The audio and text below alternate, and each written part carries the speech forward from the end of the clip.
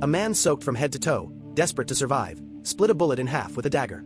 But who would have thought that what poured out were just a few drops of river water, trembling from the cold? Bruce had no choice but to take out another bullet. He knew that if this continued, his life would end here. Luckily, this bullet wasn't affected by the river water. He carefully unloaded the gunpowder from the bullet casing onto a chunk of wood. Enduring the cruel cold of sub-zero temperatures, he gathered some nearby twigs, arranging them near the gunpowder. Fetching yet another bullet, he picked up the dagger from the earth and started striking the bottom of the bullet repeatedly. However, his trembling figure made it increasingly hard to concentrate. At last, the gunpowder ignited into a life-saving flame that flickered hope for Bruce. But he wasn't out of danger yet. Bruce had to neutralize all threats before his hunters tracked him. With the fire roaring, he stripped off his soaked shirt, inspected his injured arm, drank some alcohol, and poured the rest onto his wound. The alcohol stung fiercely, prompting a sharp cry before muffling himself with a sock. He picked up the dagger from the ground, letting out helpless screams, disinfected the short blade with his pants, and then made a firm resolve. Gripping the dagger, he began to stab wildly into the wound. After some intense effort, Bruce managed to dig the bullet out from his arm, but that was just the first step. To prevent infection, he thrust the dagger into the flames, waited until it was red-hot, and pressed himself. On the other hand, Bruce's pursuers were rapidly catching up. Keenly aware of this, Bruce overcame his hesitation and realized he'd been lingering far too long. He strategically looped around the vicinity in an attempt to throw off the hunters. He cleared traces of his footprints using branches nearby, hoping to confuse hostile trackers. Bruce began doubting whether this tactic would truly help him evade their pursuit long-term. As Kaufman and company arrived, they initially got sidetracked by falsified trails, but quickly noticed blood left in the snow, understanding Bruce couldn't be far. Splitting up, which aligned well with Bruce's intentions, they inadvertently played into his hands, while Bruce crouched silently within a tree. When one unsuspecting individual wandered closer, Bruce swiftly readied his hunting blade, squeezing some blood from his hand to divert the enemy's focus. His frozen, stiff body caused him to fall from the tree. Luckily, the pursuer's body cushioned his fall. Getting up rapidly, Bruce grabbed the hunting knife and took the man's handgun and coat. At this moment, Kaufman sensed something was amiss and blew his whistle to summon his team. Discovering they were one man short, Kaufman immediately adjusted his strategy. They followed the trail and eventually found their missing companion's body on a hillside. Bruce had already escaped deep into the forest. Along the way, he stumbled upon a bear that had died on a trapper's snare. And a flawless plan sprang into his mind. He severed the snare rope, carried the bear trap onto a wide trail, and proceeded to arrange traps using cut branches.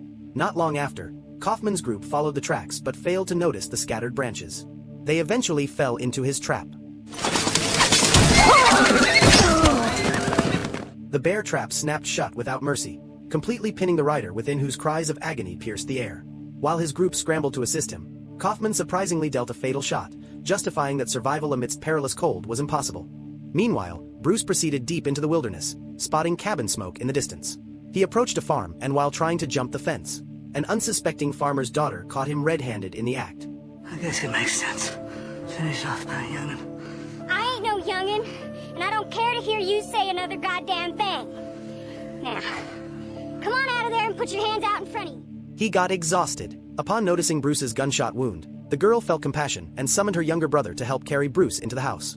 After tending to Bruce's wounds, the farmer came back from hunting, demanding to know Bruce's identity. Bruce hesitated and avoided giving direct answers.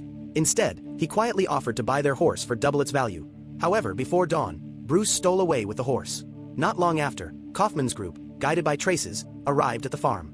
Grabbing the farmer out of bed while pointing a gun to his head, Kaufman interrogated him about Bruce's location. Terrified, the farmer denied knowing anything. While searching the house, a teammate discovered a stash of coins under the bed. What did you sell him?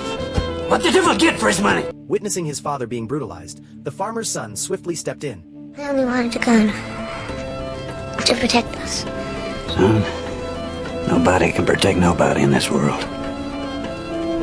The sooner you realize that, the better. Hearing these words, Kaufman spared the farmer's family, regathered his team of hired hunters.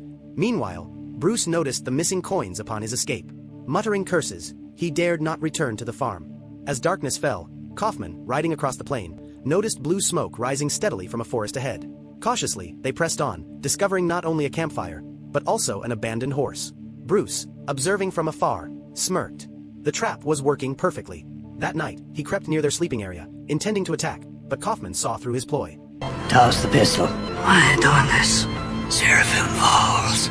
These words made another thief mock openly, as he doubted that the old man could truly be a god of war.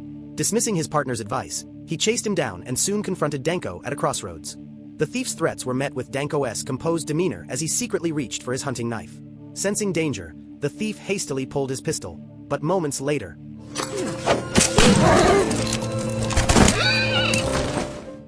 just like that, Danko easily took him down and collected the spoils. He arrived at a railway construction site. Disguised as a weary traveler, he managed to slip in unnoticed. He rushed to the table, grabbing food and devouring it. Unbeknownst to him, the foreman on break noticed the oddity and approached his horse. Recognizing the branded letter on the horse's rump as the ride of a wanted thief, he immediately surrounded Danko, who was trying to leave, and knocked him unconscious as Danko stood dumbfounded. Meanwhile, Koff and his group also arrived at the scene of the thief's death. One of the hunters suddenly announced his withdrawal. It turned out he recognized the wanted man's bounty. $250 was bigger than Koff's reward offer, and without the danger to his life. Concerned about being alone, Koff quickly responded. Posse's take's all yours when the ride's done. No less than 120. You don't have to ride with a stinking corpse, neither. All right. Koff raised his rifle without hesitation and shot the horse in front of both of them. Let him earn that $250 the hard way. Ain't never gonna make it to town without a horse. I told you, boys. Them horses are mine. With that, he departed with the remaining hunter. Before long, they, too, reached the railway construction site. Finding the foreman, he stated his purpose, leading the foreman to mistakenly assume they were after the reward. Nervously, the foreman denied seeing any outsiders, but his unease tipped Koff off. He got an idea on the spot and used words to provoke the guard. As the man came closer, he kicked him in a sensitive spot. Swiftly picking up the knife, he cut his bonds, grabbed supplies, and walked out of the tent nonchalantly. Hiding behind the train, he scoped out the area and spotted Koff searching for him.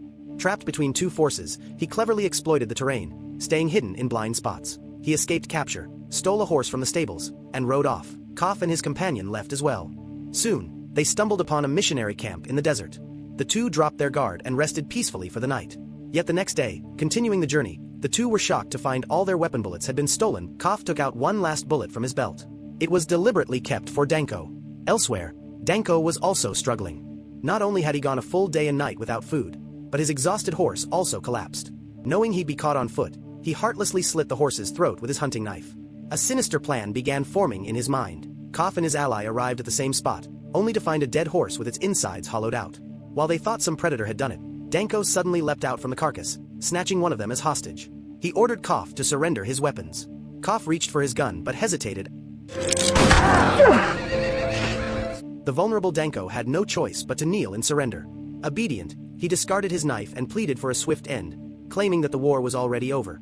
Enraged, Koff retorted.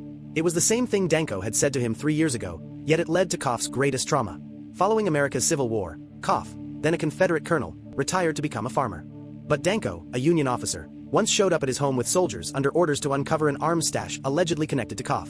His wife, defending him, claimed Koff wasn't home, but Danko didn't believe it. He ordered his men to search the house, finding no sign of Koff except a baby as the house appeared empty. His men couldn't locate Koff, so Danko commanded them to burn the barn. A smoke rose. Koff, hiding nearby with his son, rushed home to find the blaze spreading to their house.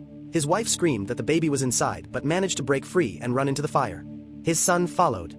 Koff, restrained and struck by a soldier, could do nothing. Powerlessly, he watched as his wife and son perished in the flames while Danko stood aghast at the sight. The soldier's dismissive remarks shook his resolve. Unlike him, they all believed Confederate defeat justified such punishment. Disillusioned, he took off his uniform. You said the house was empty! Your ribs. Get them. Koff painstakingly revealed their past and struck Danko with the butt of the gun in anger, only for Danko to kick him down in retaliation. They 220-227 sled violently in the dirt. Danko triumphed but was overwhelmed by guilt as he spared Koff's life. He delivered a powerful punch and left Koff with just his canteen of water, taking 2 horses as he departed. Later, Danko noticed a waterhole far away and rushed to it. There, he met a Native American who said, "There's always a price for water." Danko parted with one of his horses in exchange for the water.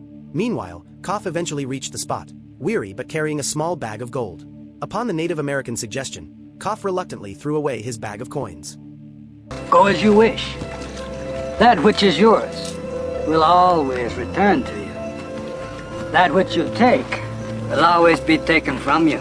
Koff mounted his black horse and pressed on. Danko, in a barren wasteland, had just emptied his canteen and faced uncertainty when a woman's voice startled him from behind. didn't see you come up. That's 'cause you keep looking behind you. She pulled out a bottle of rum, offering it as a trade for his horse. Turning around, he saw Koff approaching from afar. The woman, appearing to understand his inner conflict, handed him a single bullet. After a pause, Danko accepted the bullet and she smashed the rum bottle in front of him.